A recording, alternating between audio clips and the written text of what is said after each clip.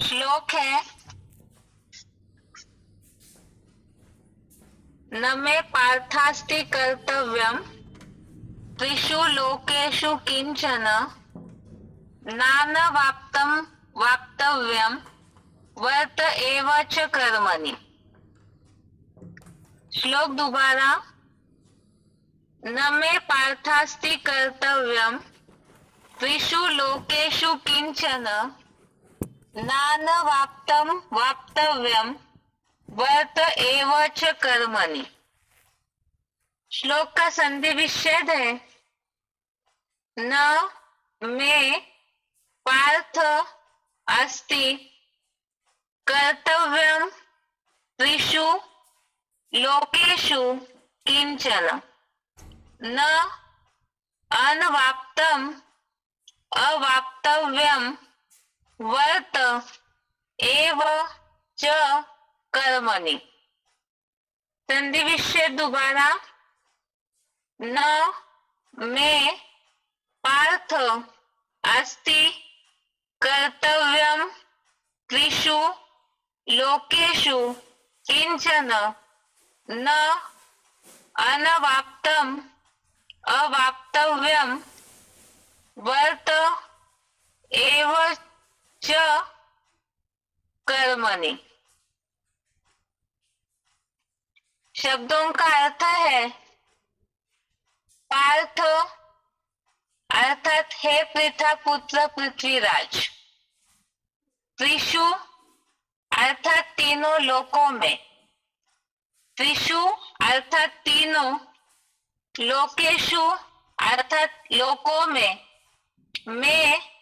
अर्थात मुझको, किंचन अर्थात कुछ, कर्तव्यम अर्थात करने योग्य, न अस्ति अर्थात कर्म नहीं है,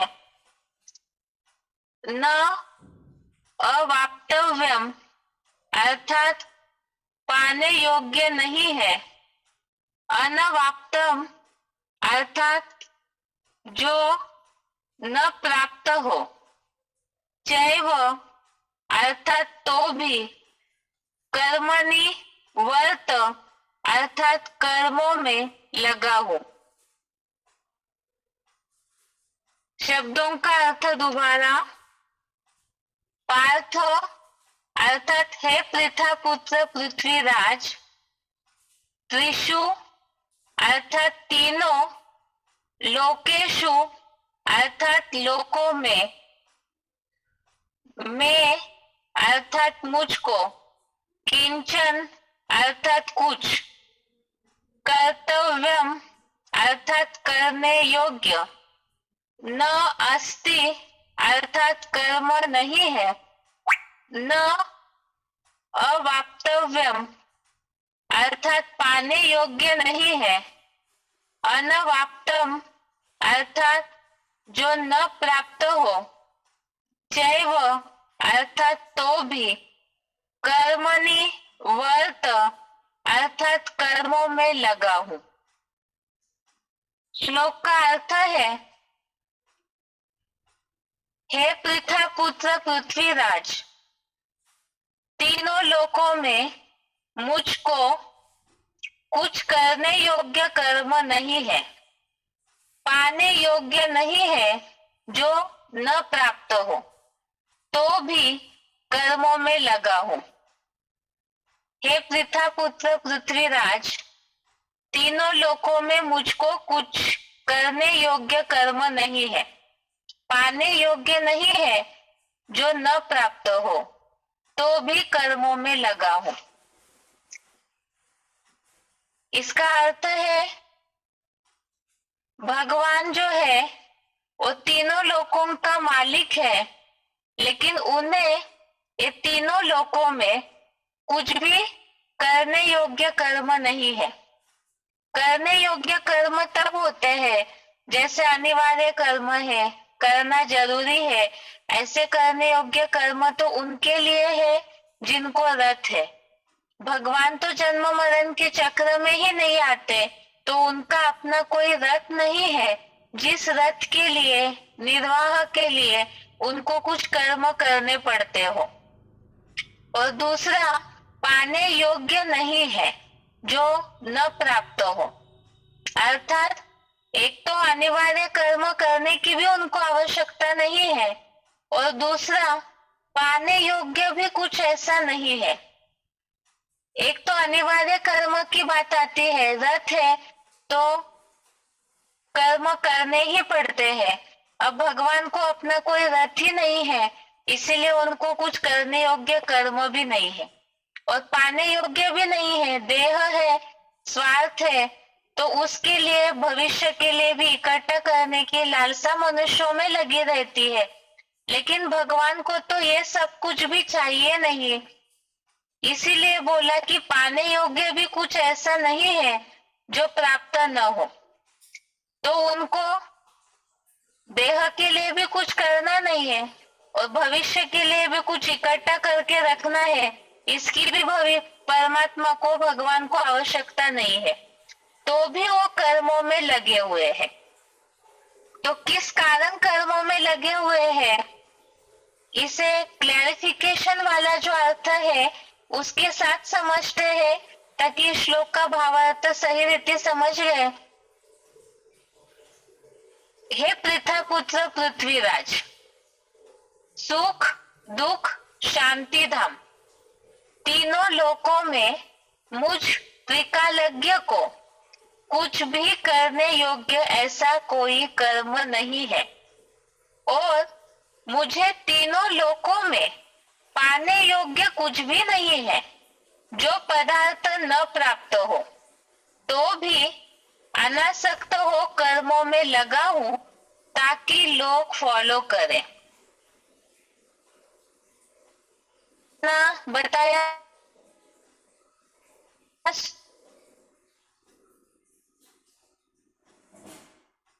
भगवान को जो त्रिकालज्ञ है उनको कुछ भी करने योग्य ऐसा कोई कर्म नहीं है। अर्थात मनुष्य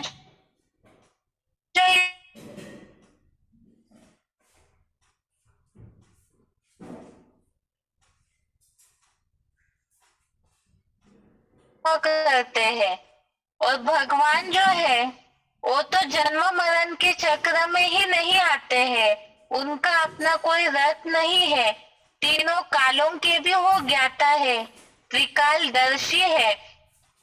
इसके बावजूद भी उनको कोई भी कर्म करने की वास्तव में आवश्यकता नहीं है, और मुझे तीनों लोकों में पाने योग्य कुछ भी नहीं है। अर्थात तीनों लोकों का वही मालिक है।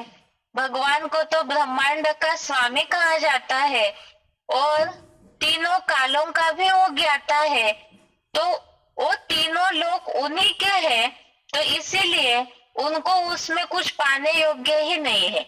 जैसे मनुष्य कर्म इसलिए करते हैं, कुछ ना कुछ चाहिए उनको, जो अप्राप्त है उसकी प्राप्ति के लिए वो मेहनत करते रहते हैं, या तो लालसाएं लगी रहती है, इसीलिए।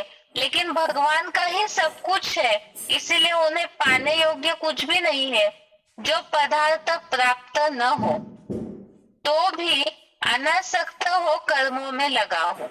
अर्थात उन्हें कुछ चाहिए ही नहीं, क्योंकि रथ है तो स्वार्थ है, और भगवान को अपना देह नहीं है, जन्म मरण में आते नहीं है, उसके बावजूद भी वो अनासक्त होकर के कर्मों में लगे हुए हैं। अर्थात कुछ भी उन्हें चाहिए नहीं, तो भी वो कहीं भी आसक्त होकर, अटैच होकर कर्म नहीं करते, अनासक्त होकर के कर्म करते हैं ताकि लोग फॉलो करें।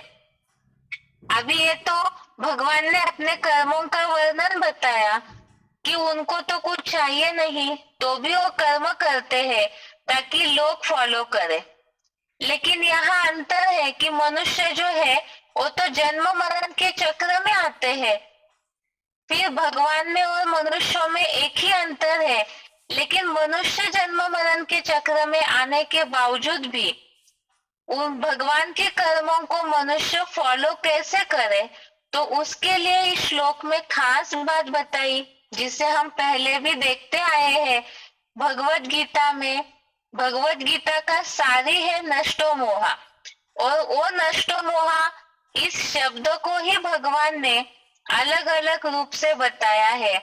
जैसे इस श्लोक में बात आई है अनासक्त होकर के कर्म करने की, और कई जगह पे जो बात आती है इसके पहले श्लोकों में भी हमने देखा राग द्वेष विहीन कर्म करना है।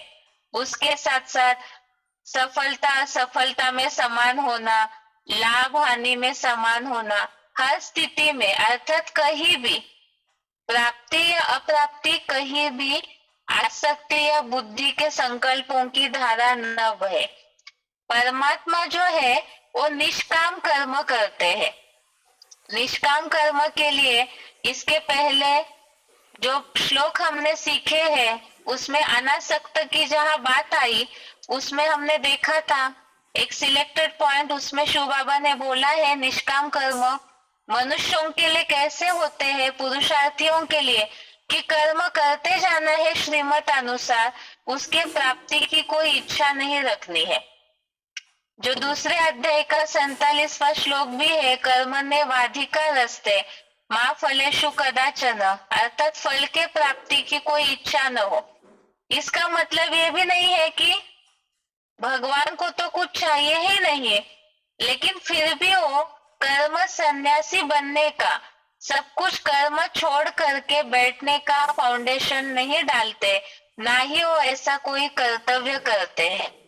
तो मनुष्यों को भी, पुरुषार्थियों को भी ये बात भगवान इसलिए सिखाते हैं क्योंकि देह है। तो इसके पहले के श्लोकों में भी देखा अनिवार्य कर्म तो करने ही है, लेकिन मनुष्यों में एक अंतर आ जाता है कि वो आसक्त हो जाते हैं कर्मों में। इसीलिए भगवान से ऊपर जो कल हमने श्लोक देखा है कि श्रेष्ठ जैसा आचरण करते हैं वैसे और सामान्य लोग भी उसको फॉलो करते हैं, और इसी का फाउंडेशन डालते हैं भगवान।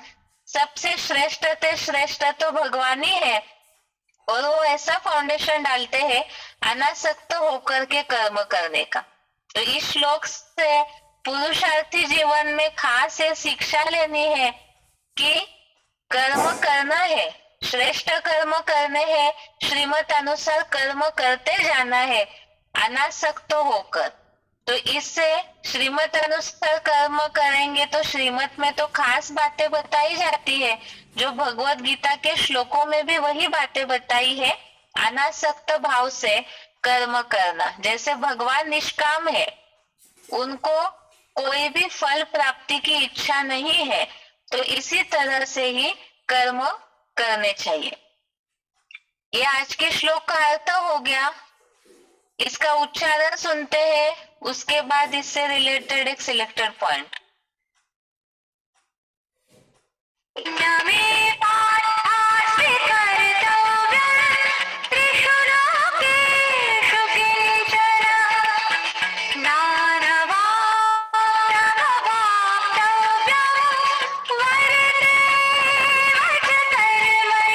पृथा पुत्र पृथ्वीराज, सुख दुख शांति धाम तीनों लोकों में मुझ त्रिकालज्ञ को कुछ भी करने योग्य ऐसा कोई कर्म नहीं है, और मुझे तीनों लोकों में पाने योग्य कुछ भी नहीं है जो पदार्थ न प्राप्त हो। तो भी अनासक्त हो कर्मों में लगा हूँ ताकि लोग फॉलो करें।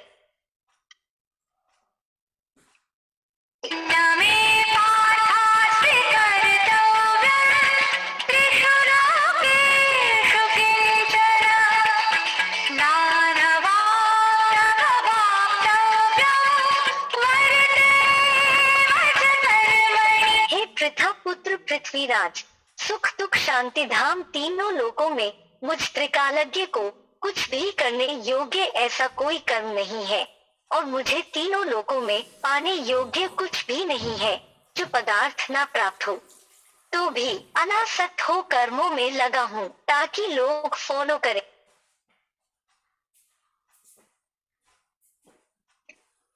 इसी श्लोक से रिलेटेड सिलेक्टेड पॉइंट है वार्तालाप नंबर 1831, डिस्कशन नंबर 1831।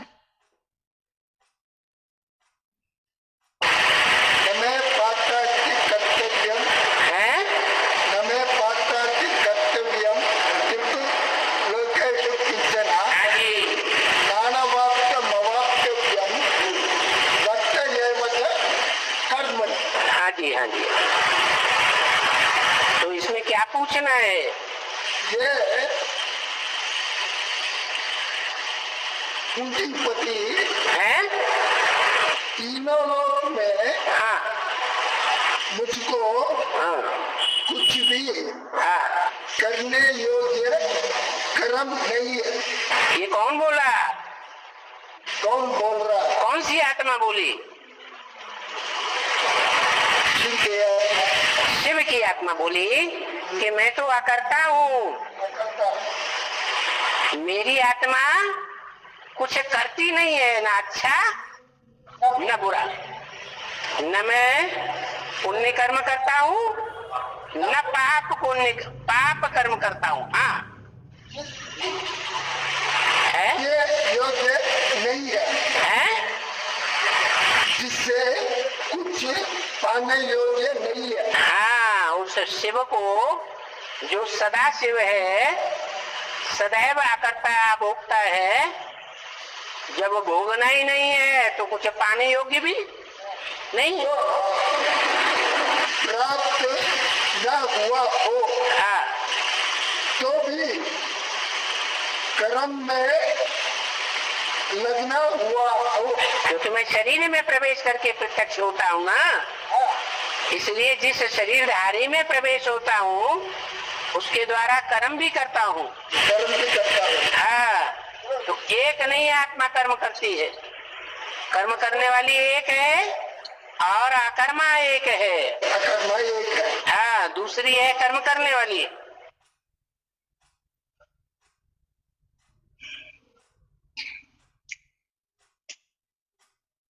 जैसे अभी हमने पॉइंट में समझा कि परमात्मा को तो, भगवान को तो कुछ भी पाने की आवश्यकता नहीं है, वो तो स्वर्ग में भी नहीं आते हैं, ना ही इस दुखधाम की दुनिया के जो भी साइंस के साधन है उसकी सुख सुविधाओं को अनुभव करते हैं, लेकिन फिर भी वो केवल मनुष्य फॉलो करे इसीलिए कर्मों में लगे हुए। ये आज का श्लोक हो गया। इसके बाद रिवीजन देखते हैं इस हफ्ते के श्लोकों की। इस हफ्ते टेस्ट के लिए श्लोक है तीसरे अध्याय का श्लोक नंबर 17 से श्लोक नंबर 22 तक, अध्याय 3 का श्लोक नंबर 17 से श्लोक नंबर 22 तक कल के टेस्ट के लिए श्लोक है। इस हफ्ते जो श्लोक पढ़ रहे हैं उस श्लोकों में हेडिंग दिया हुआ है 17 से 24 तक के श्लोकों में खास भगवान और ज्ञानवान के लिए लोक संग्रह अर्थ कर्मों की आवश्यकता, अर्थात कर्म करने का खास उद्देश्य ज्ञानी तो आत्माओं के लिए बताया है और भगवान तो उसी उद्देश्य से आते हैं सृष्टि पर, और ज्ञानवान जो है उन्हें भी लोक संग्रहार्थ, विश्व निर्माण हेतु, विश्व नवनिर्माण हेतु, नई दुनिया की स्थापना हेतु लोगों का जो संगठन इकट्ठा होता है या लोगों का संगठन इकट्ठा किया जाता है तो खास उसके लिए ही कर्म करने हैं। पहला श्लोक है 17 नंबर श्लोक, श्लोक नंबर 17। श्लोक है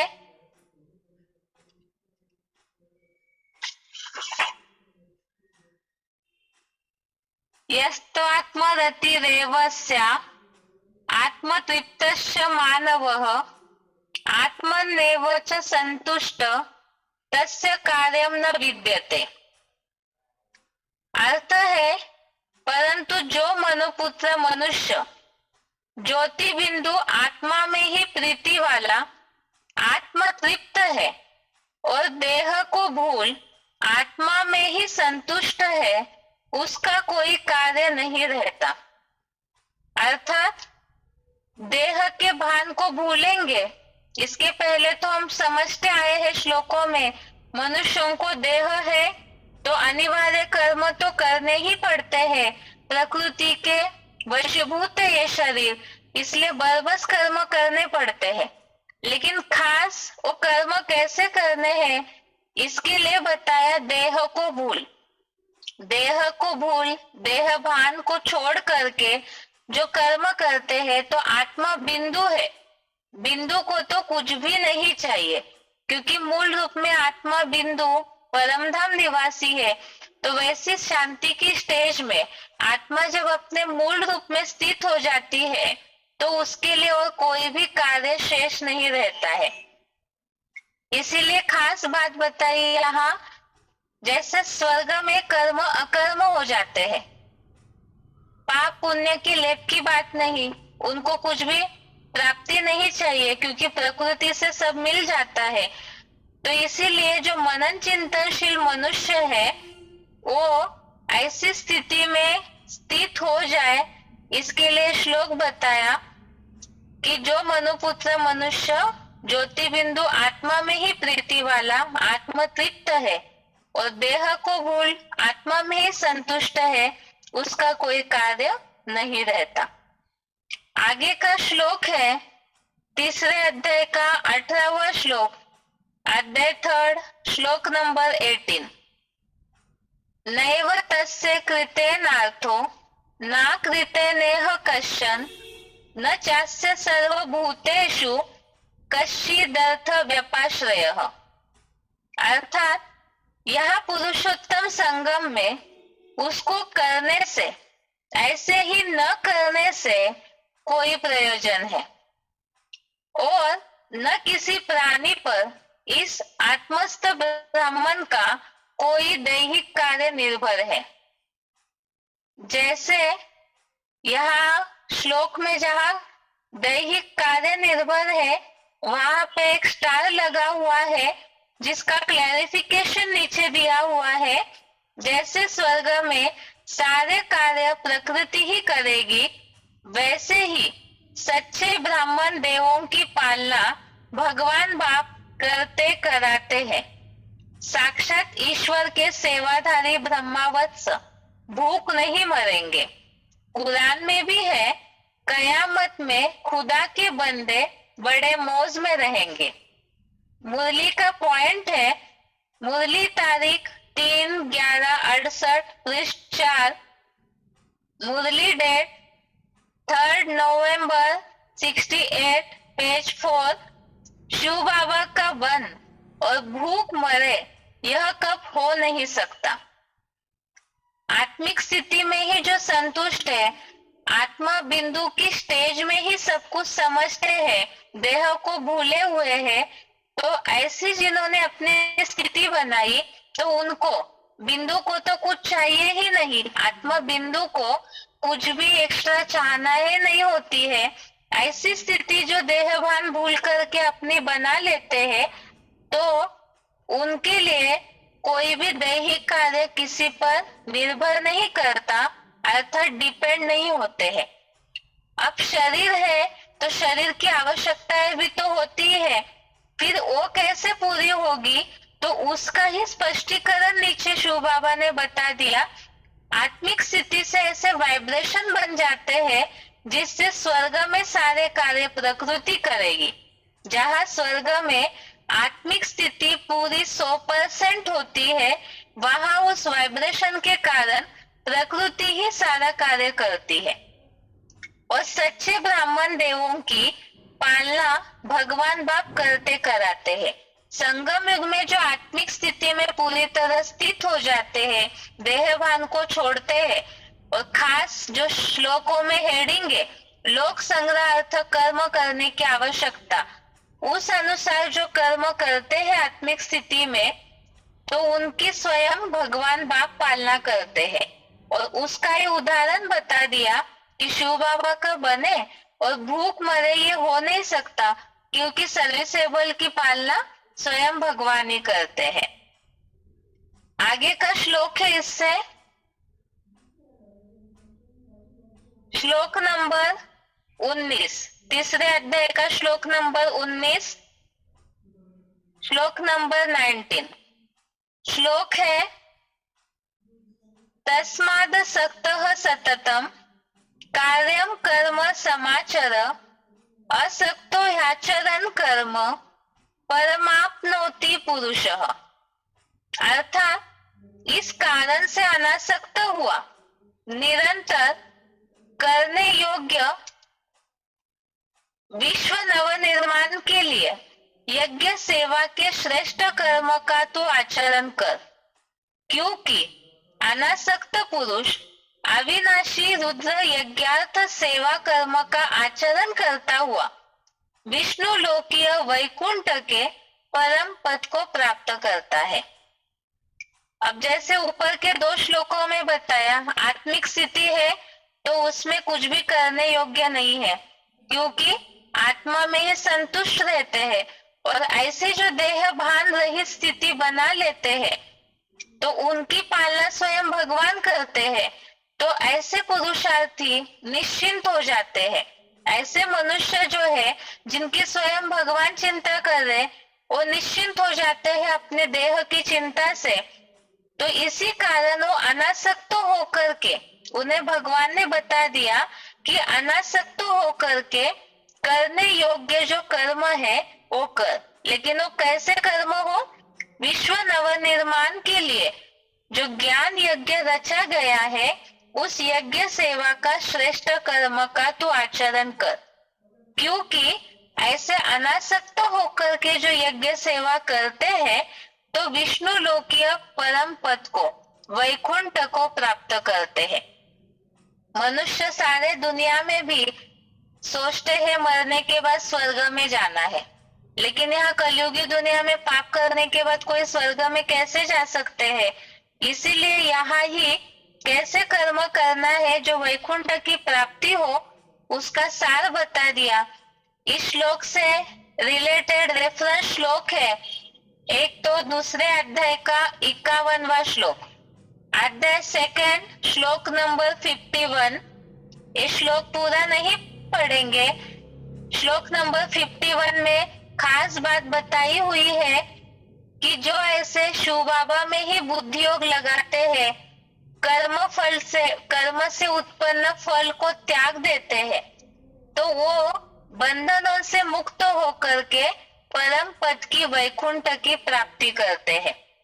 और चौथे अध्याय का 20वां श्लोक, अध्याय 4 श्लोक नंबर 20, इसमें भी ये बात बताई, जैसे कि दैहिक कार्य किसी प्राणी पर जिनका निर्भर नहीं है तो भगवान पे ही पूरा आश्रय लेते हैं, ऐसे आश्रयहीन, शिव बाबा के सिवाय किसी के भी आश्रयहीन कर्म फल की आसक्ति को त्यागते हैं। तो ऐसे कर्मों में लगे हुए रहने पर भी कुछ भी नहीं करते, क्योंकि वो आत्मा में स्वयं सदा संतुष्ट है। इसके बाद 18वें अध्याय का 49 नंबर श्लोक, अध्याय 18 श्लोक नंबर 49, इसमें भी ये बात बताई है कि सब परिस्थितियों में आत्मजयी, आसक्ति रहित बुद्धि वाला और कामनाहीन समुचित त्याग से परम श्रेष्ठ कर्म रहित सिद्धि को प्राप्त करता है। जैसे श्लोक में बात आई परम पद वैकुंठ की प्राप्ति की, यहाँ बात आई है सिद्धि प्राप्ति की।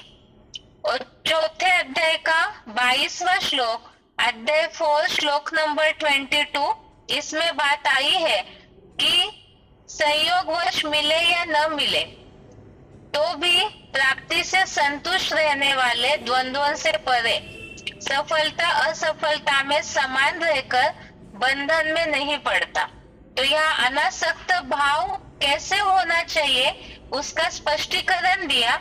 सुख दुख द्वंद्वों से परे, मिले न मिले ऐसी प्राप्ति से भी संतुष्ट और सफलता असफलता में भी समान और ईर्ष्याहीन।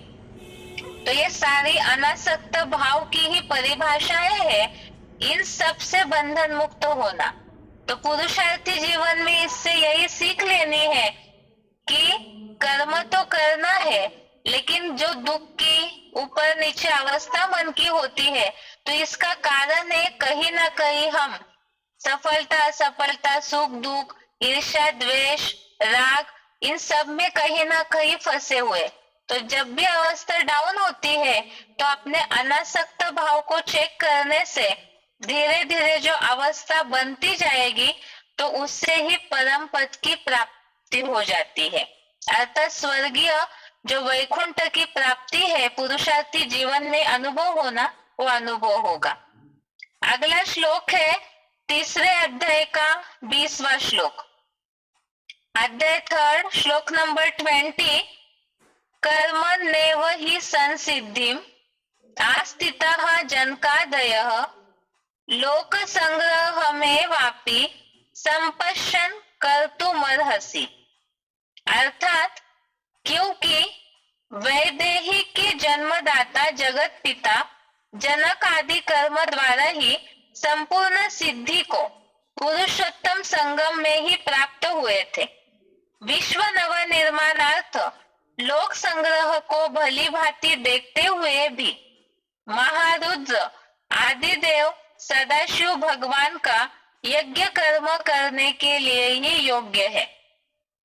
इसमें जनक जो है जनन करने का कार्य करने वाला, जन्म देने का कार्य करने वाला, और खास जन्म किसे देते हैं तो बताया वैदेही के जन्मदाता। शास्त्रों में सीता का नाम ही वैदेही बताया जाता है और जनक को सीता के पिता बताते हैं। तो ये जगत पिता सीता के जन्मदाता, हमने सिलेक्टेड पॉइंट में इसे समझा था कि आत्मा रूपी सीताएं जो है उन सबके पिता जनक है, और जैसे वो पाठधारी कर्म द्वारा ही संपूर्ण सिद्धि को प्राप्त हुए थे, उसका समय बता दिया कि पुरुषोत्तम संगम युग में ही वो कर्म द्वारा सिद्धि को प्राप्त हुए थे। और विश्व नवनिर्माण अर्थ लोक संग्रह को भली भांति देखते हुए भी यज्ञ कर्म करने के लिए ही योग्य है। लोक संग्रह अर्थात विश्व नवनिर्माण के कार्य हेतु जो संगठन तैयार होता है, अर्थात इसे हम सहज शब्दों में समझेंगे ब्राह्मण परिवार। तो ऐसा परिवार लोगों का संगठन को भली भांति देखते हुए भी, इसका मतलब ये नहीं है कि ब्राह्मण परिवार का एक एक का बैठ के हम निरीक्षण करें। यह भाव है कि संबंध संपर्क में यज्ञ सेवा के कारण संगठन के चलते अनेक वैरायटी स्वभाव संस्कार की आत्माएं संबंध संपर्क में आती है। इससे रिलेटेड हमने बहुत से पॉइंट देखे थे कि परिवार की वैरायटी चलन, सेवा के साधन, सेवा के निर्णय, इन सब के चलते कहीं ना कहीं विचारों में अंतर आता है। तो भी इन सब बातों को भली भांति देखते हुए अर्थात सभी के स्वभाव संस्कार को देखते हुए भी साक्षी होकर के देखना है। इसके चलते अपना सेवा का जो कर्म है वो नहीं छोड़ना है। सबको देखते हुए भी यज्ञ कर्म करने के लिए योग्य है। और वो यज्ञ किसका है तो बता दिया, आदिदेव सदाशिव भगवान का। आगे है इस श्लोक से खास जो 20वां श्लोक है वो खास है ब्राह्मण परिवार पर निश्चय। शिव बाबा मुरलियों में जो भी बातें बताते हैं वो सारे ही भगवत गीता में ही श्लोकों के द्वारा बताई है। एक तो आत्मिक स्थिति, दूसरा अनासक्त भाव, और तीसरा परिवार को देखते हुए भी परिवार पर भी निश्चय। अगला श्लोक है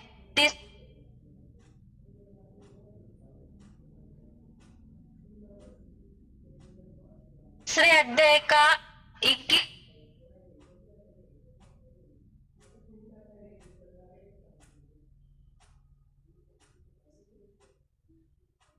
श्रेष्ठतम मालिक शिव बाबा पुरुषोत्तम संगम में जो जो आचरण करता है वैसा वैसा ही दूसरे अनुगामी लोग भी करते हैं। वह हीरो जैसा परम पिता शिव की श्रीमत से प्रमाणित कर्म करता है,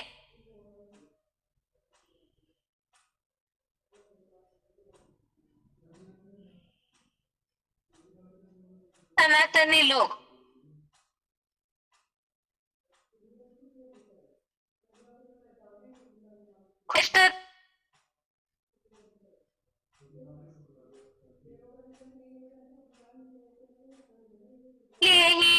ये हीरो पाठधारी श्रीमत प्रमाण कर्म करते हैं ताकि सत्य सनातनी लोग उस श्रेष्ठतम कार्य का अनुसरण करे। इसमें हमने समझा था यथा राजा तथा प्रजा, इस हिसाब से दुनिया का ये तो फाउंडेशन है कि श्रेष्ठ लोगों के कर्मों को ही सब फॉलो करते हैं। इसमें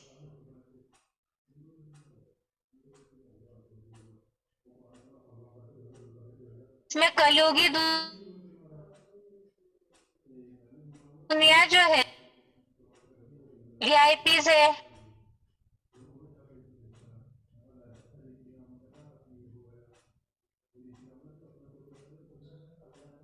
जिनको देख करके लोगों को खुद निश्चय हो कि इन्हें भगवान मिला है।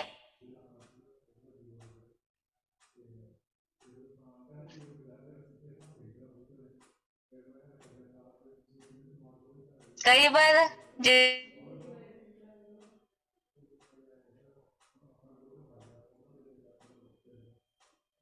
कर्म करें जिसके लिए अवे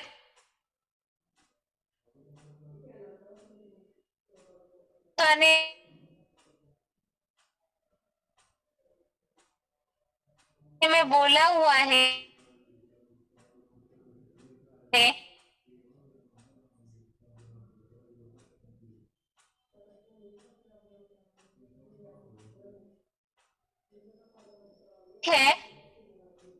6-6-90 मुरली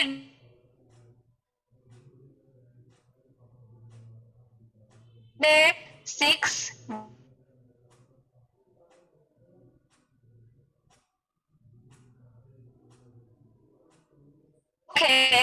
तीसरे अध्याय का 23वां श्लोक, मम वर्तमानु वर्तन्ते, अर्थात भगवान इसलिए कर्म करते हैं ताकि उनके उस श्रेष्ठ कर्म का सभी अनुसरण करते हैं।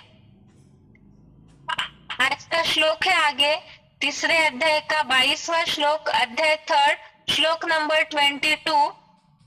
न मे पार्थास्ति कर्तव्यम त्रिषु लोकेषु किंचन नान वाप्तम वाप्तव्यम वर्त एव च कर्मणि। हे पृथ्वीपुत्र पृथ्वीराज,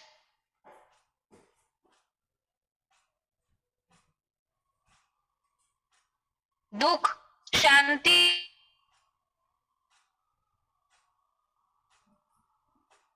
धाम तीनों लोकों में मुझ त्रिकालज्ञ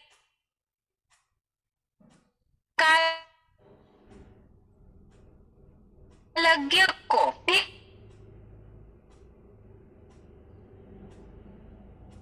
करने योग्य है और मुझे तीनों लोकों में पाने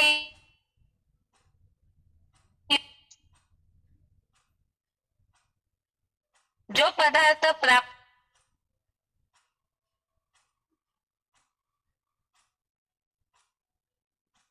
न हो,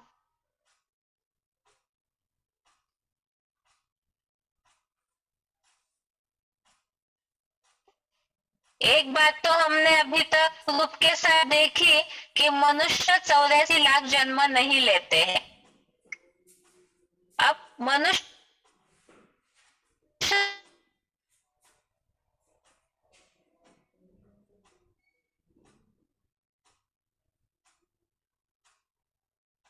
और 84 लाख योनियों की मान्यता प्रूफ के साथ हमने समझा थी जिज्ञासुओं को, तो बात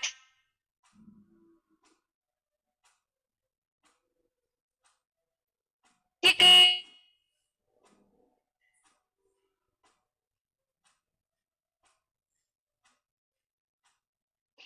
84 लाख जन्म मनुष्यों के नहीं होते, तो इस आधार से सृष्टि की आयु भी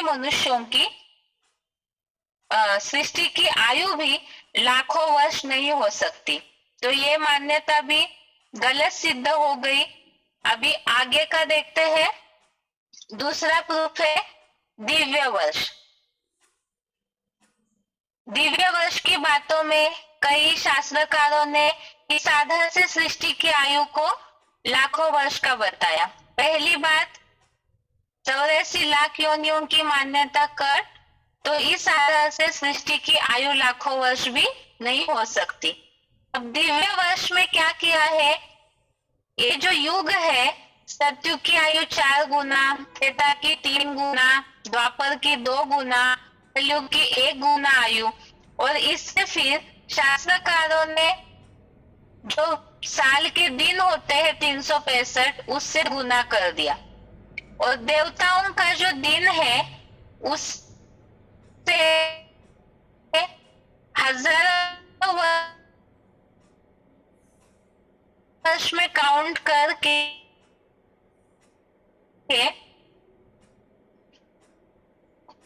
मैं बता दिया। और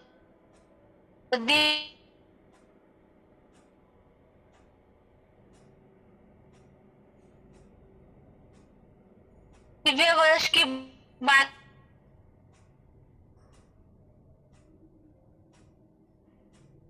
को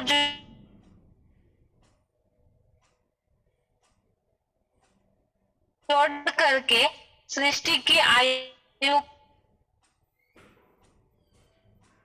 को लाखों वर्ष बता दिया। अब सबसे पहले हमें समझना है कि ये दिव्य वर्ष होता क्या है। तो देवताओं के समय से लेकर के जोड़ दिया। अभी दिव्य वर्ष होता है क्या है, देवताओं का दिन वर्ष दिव्य वर्ष के रूप में जो बोला जाता है। अब देवताओं का दिव्य वर्ष जो हजारों की गिनती में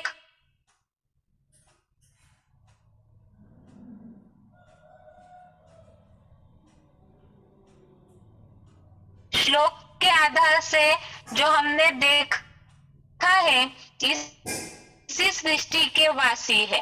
तो दिव्य वर्ष जब पृथ्वी पर दिन रात समान है, तो दिव्य वर्ष की जो हजारों वर्षों की गिनती है वो भी मान्यता कट हो जाती है, वो गलत सिद्ध। देवताएं और असुर इसी लोक के वासी है। सत्व गुण बढ़ने पर देवता बनते हैं, तमो गुण बढ़ने पर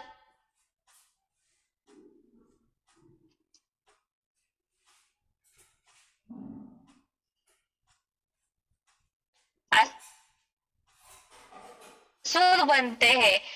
इस हिसाब से देवताओं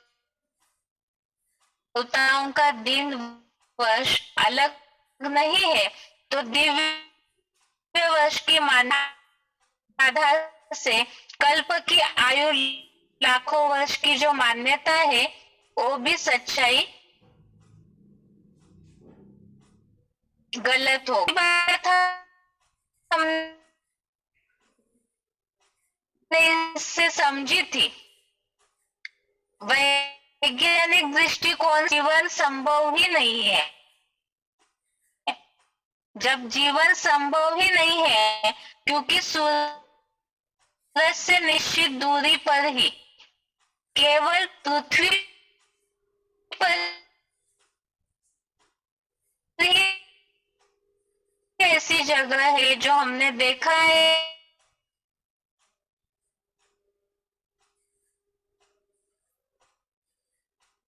जो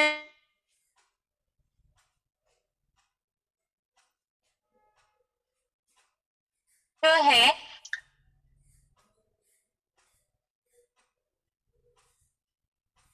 इस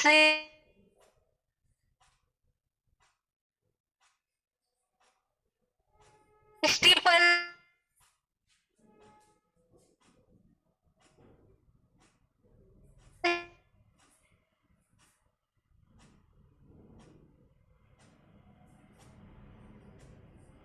ही कोई ग्रह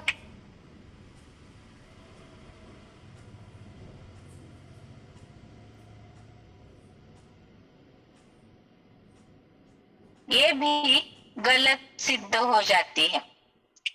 अभी अगली बात है,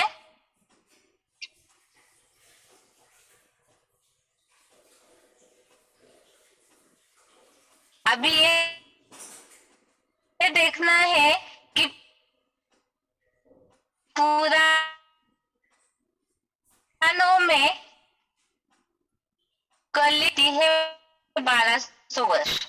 हरिवंश पुराण का एक उल्लेख हमने देखा था, तथा वर्ष सहस्रम तु वर्षाणाम द्वेषते तथा संध्या सह संख्यातम क्रूरम कलियुगम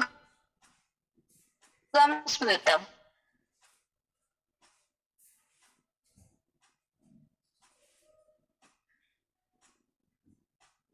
है वो 40,000 वर्ष का कलयुग बताते हैं। अब सोचने की बात है तर्क संगत कि 5,000 वर्ष में ही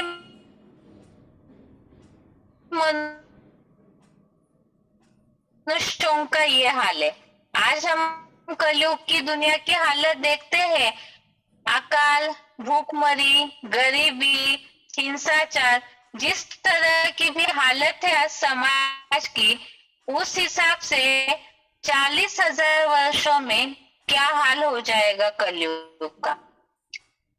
दूसरी बात है कि ये जो 40,000 वर्ष की बात शास्त्रकार बताते हैं, तो सदियों से कई से कभी भी वो एक साल भी उसकी गिनती कम नहीं बताते। इस हिसाब से ही एक केवल बोलने के लिए बोलते हैं 40,000 वर्ष, लेकिन इन बातों से जो बताया कि एक तो कि होने पर ही ये हाल है, तो 40,000 वर्ष की सृष्टि में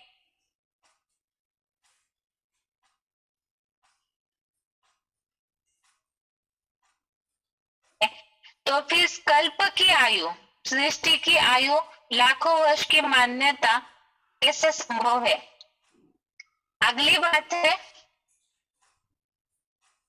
अगला प्रूफ है इसका शास्त्रों की बातों की सच्चाई।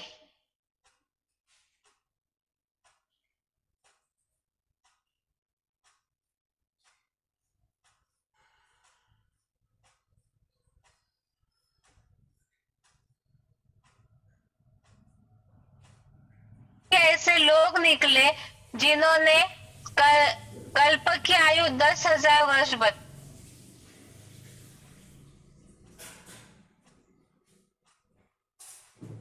अब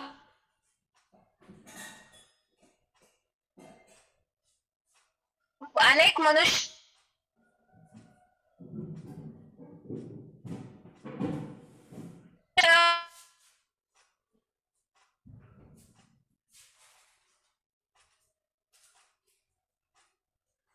न बताना पड़े तो लाखों में मनुष्य जन्म बता दिए, वैसे ही लाखों का हिसाब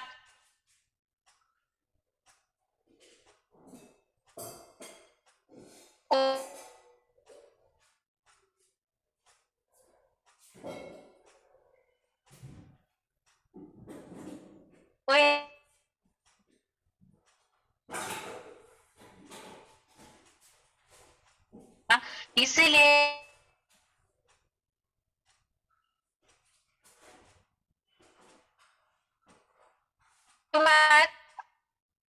जैसे ऋषि मुनि आदि सब नेति नेति करते गए, अर्थात जब वो हिसाब नहीं ढूंढ पाए इन सब बातों का, तो टालने के लिए ही उन लोगों ने बात बता दी कि हम रचयिता और रचना के आदि मध्य अंत को नहीं जानते हैं।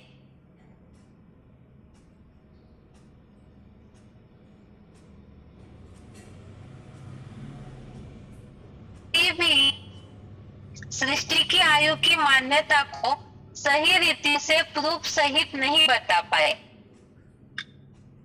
क्यों नहीं बता पाए?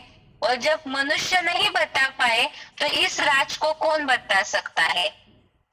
इस राज को बता सकते हैं भगवान। इसका कारण क्या है? भगवान अजन्मा है। भगवान अजन्मा है।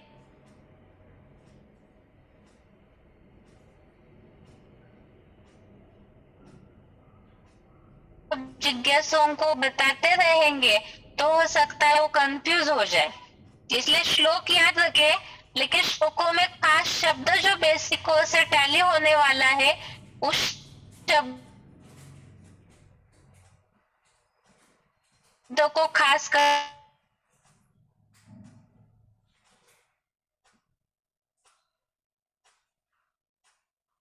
भगवान ही क्यों इस सब राज को बता सकते हैं? पहली बात, भगवान अजन्मा है। भगवान अजन्मा है, इस बात में पहले श्लोक है, चौथे अध्याय का 6वां श्लोक, इसमें आया है अजह, अर्थात अजम, अजह, ये जन्म से रिलेटेड भगवान के शब्द है जो चौथे अध्याय के 6वें श्लोक में बात आई है अजन्मा होते हुए भी। और वो प्रवेश करके कार्य करते हैं, गर्भ से जन्म नहीं लेते। दूसरा है श्लोक 10वें अध्याय का 3रा श्लोक, अध्याय 10 श्लोक नंबर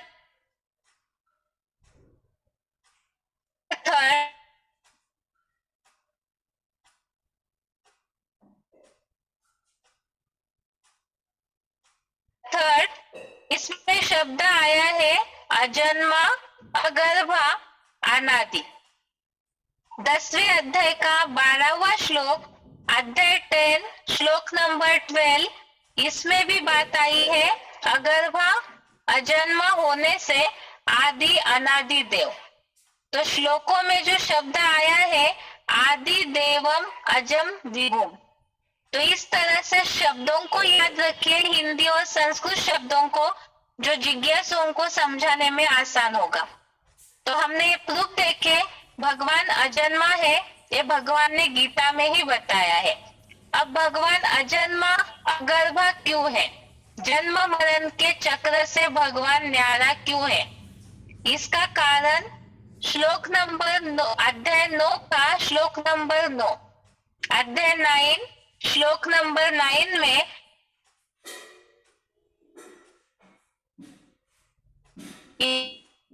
ये बात आई है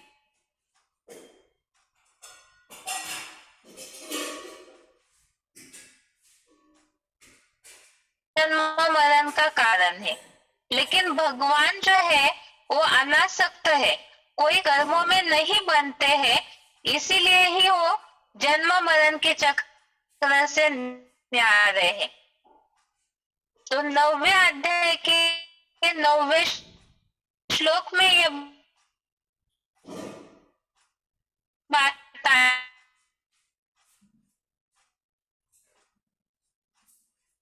आई है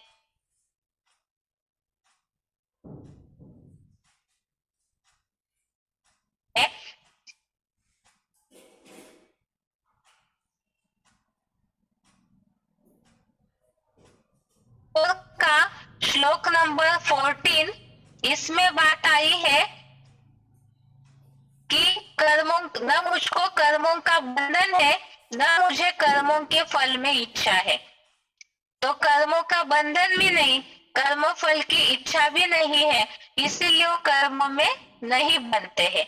तो भगवान और मनुष्यों के अंतर है कि मनुष्य जन्म मरण में आते हैं आसक्ति के कारण, और भगवान अनासक्ति के कारण जन्म मरण के चक्र से न्यारे है।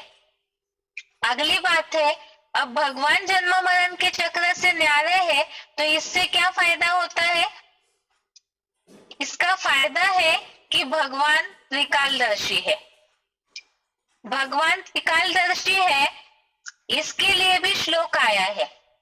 लिंक देखिए, भगवान इसलिए सारे सृष्टि के रहस्यों को बता सकते हैं क्योंकि भगवान अजन्मा है। इसके लिए हमने 3 श्लोक देखे। भगवान अजन्मा क्यों है? जन्म मरण के चक्र से न्यारा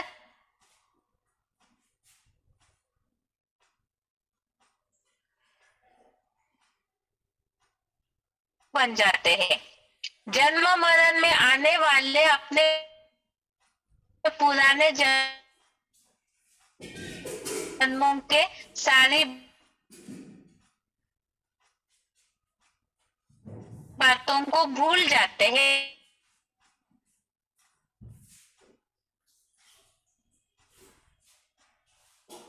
6 इसमें बात आई है संपूर्ण भूतकालीन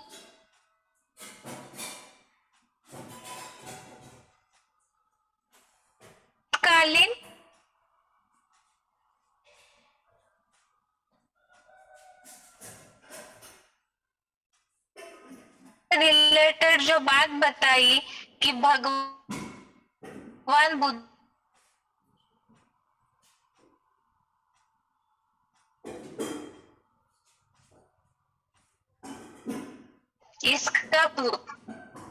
इसका प्रूफ है 10वें अध्याय का 20वां श्लोक। अध्याय 10 श्लोक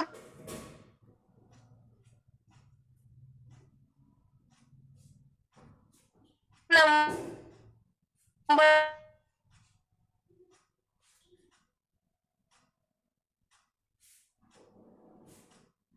अर्थ में श्लोक में जो लिखा है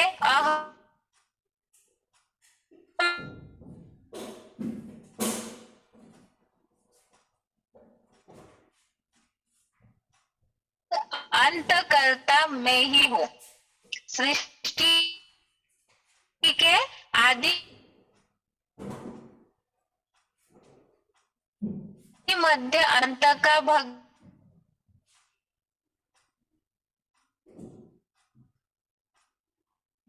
और अंतकर्ता मैं ही हूँ। और दूसरा श्लोक है 10वें अध्याय का 32वां श्लोक। अध्याय 10 श्लोक नंबर 32। अध्याय 10 श्लोक नंबर 32 इसमें भी बात आई है सृष्टियों का आदि मध्य और अंत मैं ही हूँ। जो श्लोक में शब्द आया है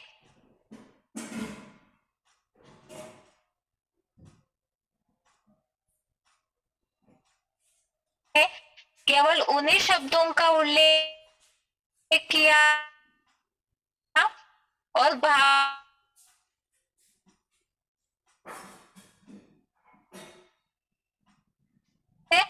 भगवान ही कालदर्शी है, अजन्मा है, जन्म मरण के चक्र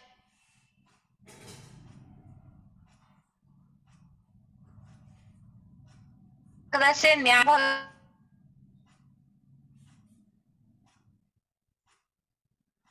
भगवान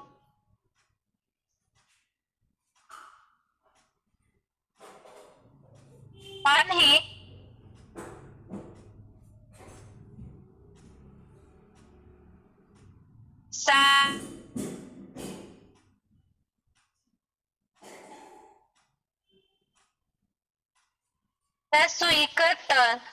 VCD number 1171 टाइम 40 मिनट्स।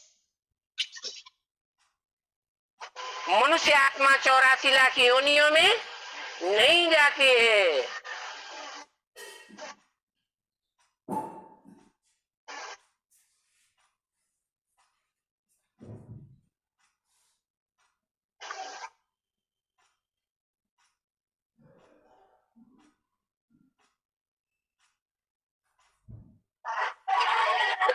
तो ये आत्माएं भी अपनी अपनी जाति के बीज हैं। कोई जानवरों के बीज होते हैं, जानवरों में भी वैरायटी है, कोई चौपाए है, कोई सरकने वाले हैं, पक्षियों में भी क्या की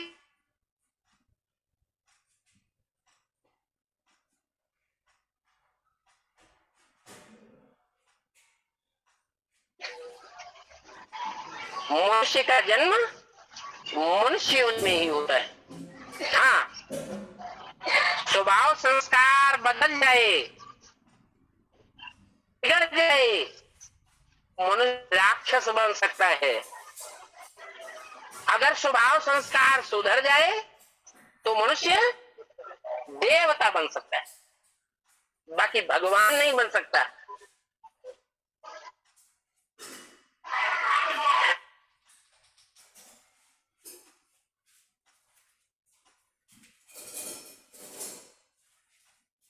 है लेकिन परमात्मा सेवा 84 के चक्र में नहीं आता है।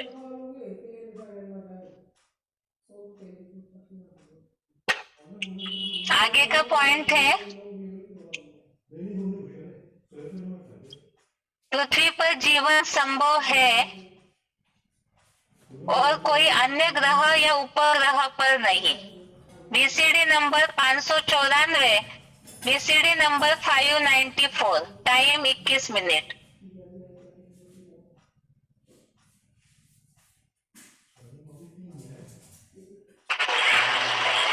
भगवान तो एक ही रहता है, दुनिया भी एक ही है। उन्होंने तो समझ लिया है कि ये सूरज चांद सितारे जितने ढेर हैं उन सब में एक एक दुनिया है।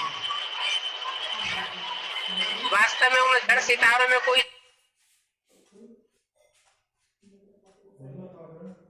दुनिया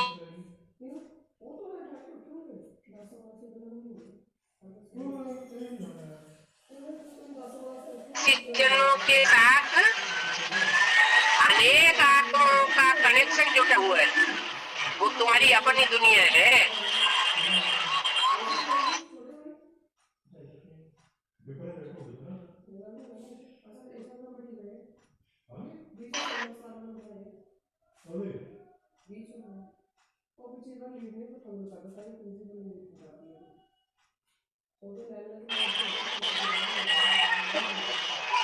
अब चंद्रमा पर तो साइंसदान होकर के वापस लौटे आए, वहां तो कोई जीव जंतु मिला ही नहीं। कोई देवताएं मिले क्या? कुछ भी नहीं मिला। ये कुदरत है। वो साइंस घमंडी समझते हैं कि एक एक सितारे में दुनिया है।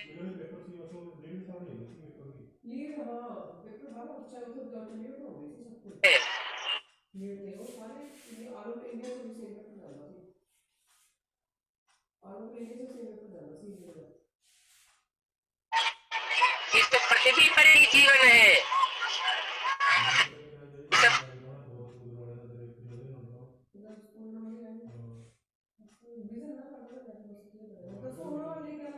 पृथ्वी के अलावा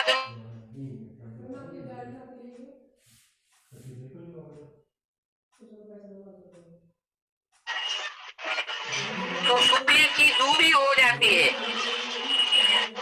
और पृथ्वी के मध्य में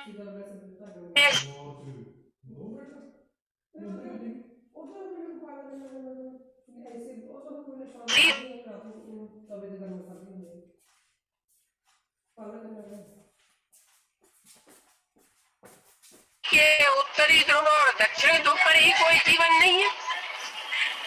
तो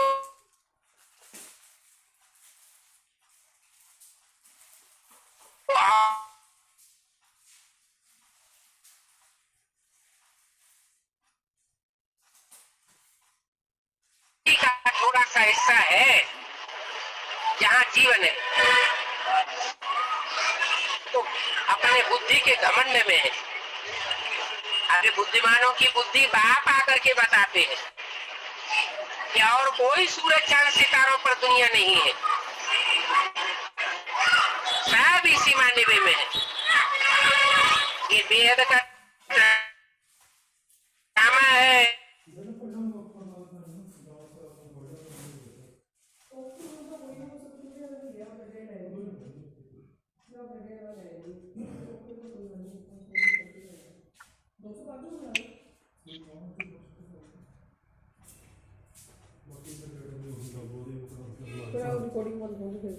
जो तो तू 300 लाइए आता बेसिक तो बाकी तो कोई तो अर्थ नहीं लगी उनका बंदा आ रहा है 160 नहीं होगा अब तो रहा उनकी तो पार है को समझाने के लिए हमने सिलेक्टेड पॉइंट को देखा है। इसके साथ साथ आज का गीता क्लास पूरा करते हैं। ओम शांति।